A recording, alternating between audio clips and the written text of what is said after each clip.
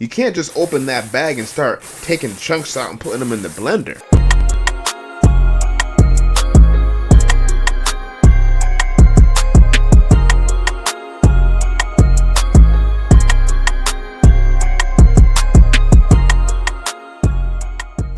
Good morning, this is Game and Change. October 1st, 2018. I hope you're having a great day so far. I was dealing with a large bag of frozen spinach that I was going to pour into my smoothie. I like to put a little bit of spinach, frozen spinach, into my protein shake. So now that we have frozen spinach back in the house, I took the frozen block of green spinach that's in the bag.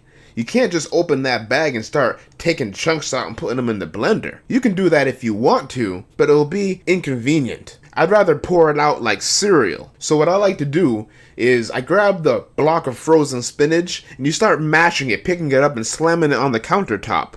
And you just massage it into being kind of like shake, into like the texture of mulch.